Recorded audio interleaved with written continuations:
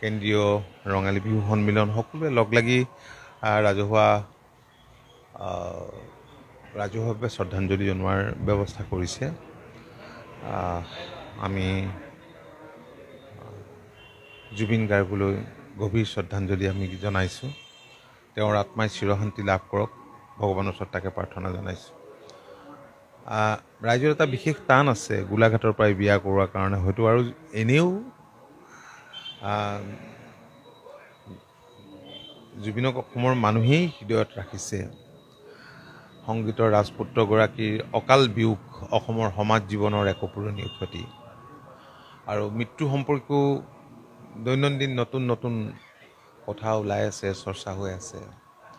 এইলৈও ৰাইজৰ মাজত বিভিন্ন প্ৰশ্নৰ উদ্ৰেক হৈছে আৰু চৰকাৰে এই সকলোখিনি দূৰ কৰিবৰ কাৰণে ক্ষিপ্ৰতাৰে তদন্তৰ ব্যৱস্থা কৰিছে, ঘটনাৰ সঠিক তদন্তৰ ব্যৱস্থা কৰিছে।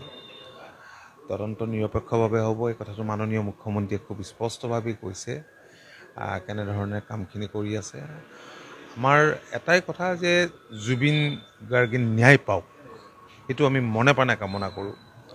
আৰু দল হিচাপে অসম গণ পৰিষদেও দেশৰ মাননীয় প্ৰধানমন্ত্ৰীলৈ এক পত্ৰ প্ৰেৰণ কৰি দেশৰ যি হায়েষ্ট চিভিলিয়ান এৱাৰ্ড দিবৰ কাৰণে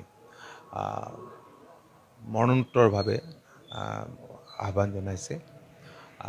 আৰু মাননীয় মুখ্যমন্ত্ৰী ডাঙৰীয়াকো দলৰ তৰফৰ পৰা কোৱা হৈছে যে ঘটনাৰ নিৰপেক্ষ তদন্ত ক্ষিপ্ৰতাৰে কৰিব লাগে।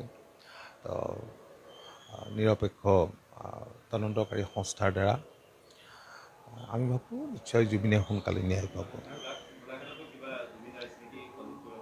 ৰাইজেতো এইকেইটা দিনত কেৱল গোলাঘাট বুলিয়ে নহয়, গোলাঘাট ৰাজ্য চৰকাৰে এতিয়ালৈকে ক'ত কি কৰিব কোনো ধৰণৰ বেলেগ বেলেগ জেগাত এই কথাটো সিদ্ধান্ত লোৱা নাই। যিখিনি কৰিব ইতিমধ্যে মাননীয় মুখ্যমন্ত্ৰীটো ৰাজহুৱাভাৱে ঘোষণা কৰিছে, নতুনকৈ ইয়াত ক'বলগীয়া একো নাই।